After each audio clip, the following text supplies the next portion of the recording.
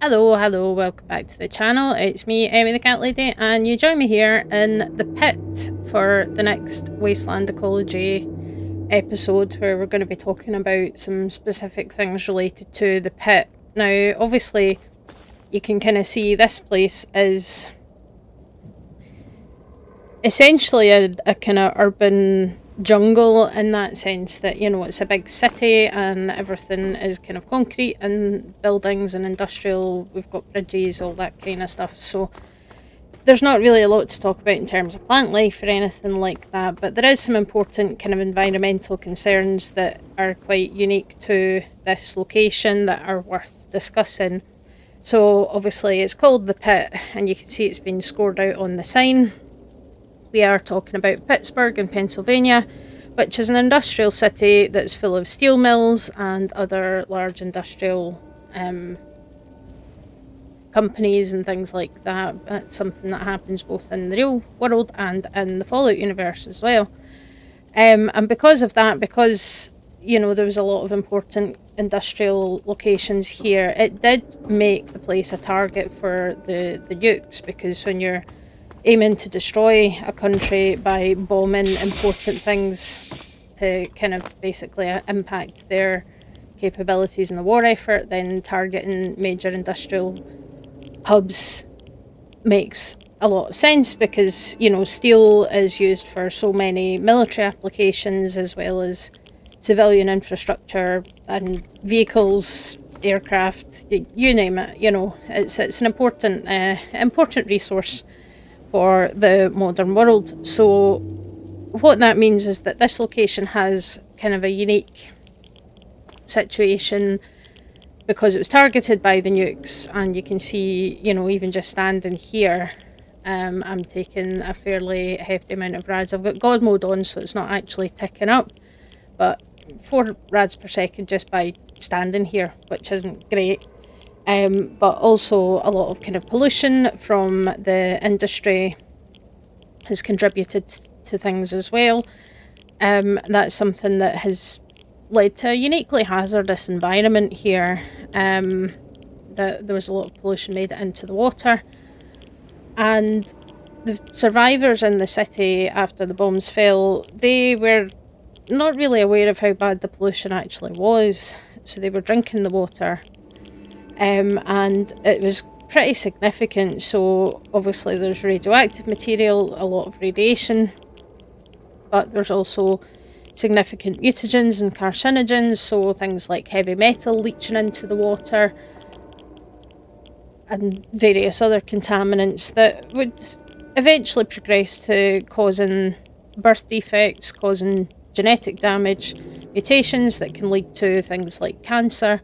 But also this all led to what is termed the troglodyte degeneration contagion. So it's not a contagion in the sense that like a virus or a bacteria or a parasite would be considered an infectious agent, but it's kind of a result of the pollution and the mutations that are caused by the environment, which creates psychological changes as well as physiological changes, which explains the wild men that you see, who are people that have gone a bit feral, as well as the trogs who have become completely feral mutants, essentially. Most of the people that you meet in this DLC, so we're obviously here right at the very beginning, so we haven't really met many people, but most of the people that you see that are, in quotes, normal humans, have kind of skin lesions and symptoms of sickness that do improve if they spend some time away from the region, but there is a percentage of them that progress to become trogs, roughly about 20%, that can progress to become the trogs that you see in the steelyard. But one of the problems is that almost 100% of the children born in the pit basically become feral within weeks of birth. There's only one single exception, which is obviously something that you come across at the end of the DLC when you learn about baby Marie and her immunity that she can potentially pass on to other people to make this problem go away and potentially make the place more livable. so it can be cleaned up and things. That's kind of the whole plot behind the DLC. I do want to do a deep dive into the plot of the Pit at some point because it's fascinating, and I think it's very, very interesting. It gives you a really complicated moral kind of dilemma to decide on and things, which I really, really enjoy. So it is one that I'd like to do a deep dive into the plot of at some point. But the other kind of relevant part of the history of this area is that the Brotherhood of Steel swept through when they were on their way to DC, and they basically cleaned the place up. Essentially, they killed a bunch of things, and they took 21 healthy children away and brought them to the capital Wasteland, while they left Asher behind, and he was an initiate at the time, so he now runs the mills on slave labour, while his other half, Sandra, researches their daughter Marie's immunity to the contagion and to the radiation and things. So they had a child together, and they discovered that she had this immunity that could potentially be conferred on other people, and they are slowly researching how to do that without causing harm to their child, because she's still their child as well. And that's what makes the whole moral quandary so interesting, because he's basically using slave labour, because the problem is that people working here, they get sick and they die, but they can't really have children to replace them, so they just have to keep buying slaves and bringing them in from elsewhere in order to keep the things working.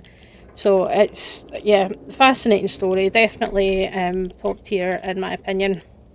So talking a bit about the geology of the region, so it's located on the Monongahela River. I'm sorry if I butchered the pronunciation of that, because I've never heard it said out loud before. And it is a location that's known for bridges and, you know, the big river. There's a lot of bridges, as you can see. We've got two within vision. There's railroad, and a lot of industrial buildings, steel mills, all that kind of stuff. That's kind of the industry that the area is known for. And being a big city, we've got, I mean, most of the buildings we can see are collapsed now. Obviously it was a big target for the bombs, so that's not a surprise, but it is just a big kind of urban concrete jungle essentially that we are seeing in here, and the pollution levels are very high, so it does mean that in terms of plant life there really isn't any, and you know, you don't really see much evidence of any of that anywhere. Everything's all concrete. But we need to talk about the water, so that's the important kind of subject here, is the water. So the river has an awful lot of radiation, and I'll be demonstrating that just directly, and an awful lot of pollution, which means that long-term survival is just not really possible here unless somebody was somehow able to clean it all up. But I think it would take a lot more than even Project Purity in order to do that, because you can see the kind of glowy flecks. So I'm gonna dive right in. So yeah, you can see if I didn't have God mode on, you're gonna die very, very quickly, no matter how much Rad-X or Radaway you actually take. You're not going to survive long in and around this water, and certainly drinking it, wouldn't recommend that either. It's definitely, you know, best case scenario you get superpowers, worst case scenario you're just dead. I actually have no idea if I'm even going to be able to get out of this water either now, but we'll see. Oh, there we go, we managed it. Stuck on invisible walls. Yeah. Stuck on an invisible wall. Never mind. Yeah, I don't think there's really a way to get back. Never mind. Ugh. Yeah, no, we're stuck. Right, hang on.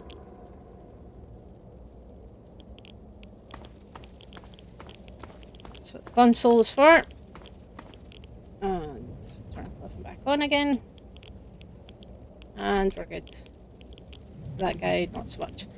But yeah, so as you can see, still taking 158 rads per second. I think the game still thinks I'm underwater, which is quite funny. Yeah, that's what happens when you mess with the console right enough. Sometimes it gets a wee bit quirky. But yeah, so as you can see, that water's not really great for any kind of purpose. Washing in it's going to be really bad for you. Drinking it's going to be really bad for you. Anything else that you would conceivably do with water, it's not going to go well. So what that means is that, you know, what people are eating and drinking while they live here in the pit. I mean, we know that the slaves get fed kind of gruel essentially, which is, you know, just kind of cheap and nasty and provides just enough calories that you don't drop dead. But most of the food and drink that the people here are going to be using is going to be basically either found here, you know, the pre-packaged, pre-war food that you find all over the place, that kind of thing, and potentially stuff that's traded from external sources. So they're paying for that by what they make from the steel mill. So obviously they get the slaves to collect the steel ingots and make things, and then they sell them and they trade that, and then they use that to buy more slaves to work the mills. It's a whole kind of economy that they've built off the back of this. But they presumably will then also purchase other things that are needed, like food, like drinks, all that kind of thing. And essentially the people that are there, we've got both the normal humans who are basically all sick, and then you've got your mutated humans, your trogs and your wild men, who are, you know, they'll eat generally whatever they can find. But there's nothing else that's alive here, so, you know, in terms of animals, there's really not much of anything. I forget there's mines literally all over this bridge, so be careful. You know, there's dogs running about. I think there's a few dogs on this bridge. They usually set off the mines in some places. You know, they have dogs, and I vaguely remember there maybe being rad roaches and things. I mean, you know, we know roaches can survive basically anywhere, so it's not a surprise, but there isn't really a proper food chain or anything, because it is just these humans, mutated humans, the occasional dog, and there's nothing else alive here. The pollution levels are just so extreme, and the radiation levels are so extreme that nothing can survive. And I think that's the thing, that they were obviously, the people that are slaves that are working in the mine, not the mine, in the steel mill, and, you know, they get sent out to collect the steel ingots from the steel yard and face all the trogs and stuff like that, that, you know, these people are just going to sicken and die, and because they can't make them have children, because the children don't develop properly, they turn feral, they become trogs essentially within weeks of birth. So they're just constantly having to go back and buy more people to keep things moving. So it's a really difficult kind of situation for if we're going to take a look at how, you know, survival things. Oh, there's a mole rat. So yeah, we do have the occasional mole rat, and we have the occasional rad roach and things. Again, we're looking at species that can pretty much survive anywhere, so it's not a big surprise, but there's just not much here that can thrive. You know, plant life is just not feasible at all. It's the dogs setting off all the mines and stuff, and it's, you know, you've got this kind of reddish sky. You can see that there's still a lot of kind of air pollution that's being pumped out as well, which is far different to a lot of the other places that we have seen in the Wasteland. Yeah, this is really funny. The game still thinks that I'm underwater. But yeah, we can see the dogs. So you've got a few animals that could potentially eat, or they'll eat you, presumably make use of eating the dead slaves. I've just set off a chain reaction. Yep. You know, so that's it. But you can see there's no plant life, and you can't see plants aren't going to survive here, because there's just all the smog and everything is blocking, like, the sunlight. Let me check what time of day it is actually here. Well, it is the middle of the night, but even during the daytime in this place, there's just not much sunlight, so plants aren't going to thrive. and it would just take more work and effort than is really available to get this place cleaned up, so it's just not going to happen. And it's really a place where long-term survival just doesn't seem feasible. To me, it's honestly a miracle that anyone lives here at all, that people have lived here for quite some time. Obviously we've got the raiders that have kind of moved in under Asher. He obviously was quite bitter about being left behind by the Brotherhood of Steel, justifiably so. But he's making the best of a bad situation, I think, in order to try and solve the problems that are there, instead of, just coming through and wiping everything that moves out. It's, the fact that he's trying to find a solution and that he potentially has one, but it's taken longer because he doesn't want to hurt his daughter in the process, whereas the slaves that want to steal the cure, which is this child, they don't care so much about the child's welfare. They just want to get the cure because they want to help people, or so they say. It's a very, very interesting one, and it potentially could be. I mean, there are ways of cleaning up things like nuclear fallout, there's ways of cleaning up pollution, but you need to have time and resources to do that, and, want to protect people's health and safety in the process, which means having hazmat suits and decontamination, having a good stock of Rad-X, Radaway, all that kind of stuff, and that's just not something that's available in this world. So unfortunately I think this location is doomed, unless they do manage to find a way to share Marie's immunity with everyone in a way that isn't going to harm the child. I guess it's one of these things, or whether you can decide that it's worth sacrificing one single person for the sake of everybody else. And again, that's at the heart of the whole plot line in this DLC, because at first you think, oh no, these people are taking slaves, that's terrible, they're obviously evil. But once you actually find out the truth about it all, it's not as black and white as that, and it's not as simple. But yeah, it just looks like a very unpleasant place to be, unfortunately. Which is kind of a shame.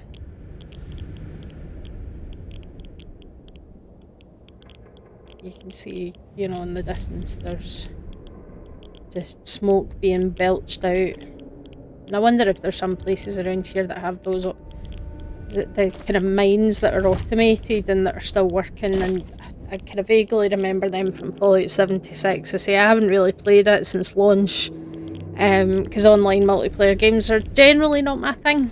I have sometimes played the occasional MMO in my time, but that's not really, I tend to prefer the single player experiences. But I do remember the kind of mines in Fallout 76 that were still working because they were automated. So I kind of wonder if that would be something that would be happening here as well. But yeah, the pit is a fascinating one, and I say the big concern here is the pollution and the fact that it is to extreme levels. Because in the Fallout universe, when it came to environmental considerations, when it came to stuff like that, health and safety, we didn't care about that. Nobody cares about other people. Man, getting stuck on scenery again. The industry didn't care about stuff like that. We didn't want to protect people's health and safety. We didn't want to protect the environment. It was all just about kind of making as much money as possible and making things as efficiently as possible. And if that meant that a few people lost limbs to machinery that wasn't or died of radiation poisoning because they wouldn't get a hazmat suit, then that's fine, apparently. So it doesn't surprise me that the pollution from all the steel mills and stuff here wouldn't be as well regulated as it generally is in the real world. That we at least care a little bit about protecting our environment from too much pollution and disposing of waste properly, and we know that there was a lot of that, especially with nuclear waste in various places where it was all hidden away and just buried underground and not disposed of properly, and nobody really cared that that was happening, so it doesn't surprise me in the slightest. But yeah, it definitely makes for a very interesting environment for a DLC. And again, you know, you're coming from the capital Wasteland, which is all cold and grey, and you're coming to this dingy place that, you know, the air's full of smog. There's literal, like, flames happening all over the place. The water has, like, up to 1,000 rads per second, which, bear in mind that 1,000 rads is the lethal dose, so it's going to kill you very quickly if you don't put God mode on. Not a great situation, but it does make you feel like you're in a very, very different place, because you are in a very, very different place. And you know, and that backdrop to the fascinating storyline of this DLC definitely makes it one of my favourites. So hopefully you guys find that interesting. I love talking about all this stuff. But next weekend we are going to be picking up on Fallout 4's DLCs, because I'm not doing the other two DLCs for Fallout 3, because one of them is virtual reality of Alaska, which is just, yeah, there's snow everywhere and ice, but none of it's real because it's a computer simulation, and Mothership Zeta, which is aliens, so not really that relevant to the study of the Earth. So we're going to be going straight on to Fallout 4's, starting with Far Harbour. That will probably be at least a couple of videos to cover Far Harbour, because there's a lot to talk about in Far Harbour. It's definitely one of my favourite environments. I love it, so we'll be digging into that next week. And on Tuesday, the next video is going to be, we're going to visit the National Guard depot in Fallout 3 and talk about the Keller family. So you might know the kind of story of them, or you might have found a couple of their transcripts, but really digging into exactly what happened with that family is a fascinating story, and it does lead you to some very, very interesting loot as well. So that's going to be the plan for Tuesday, so hopefully you'll come back for that. Thanks for watching, thanks for listening. As always, I do love to hear your thoughts in the comments, and I'll catch you next time. Bye.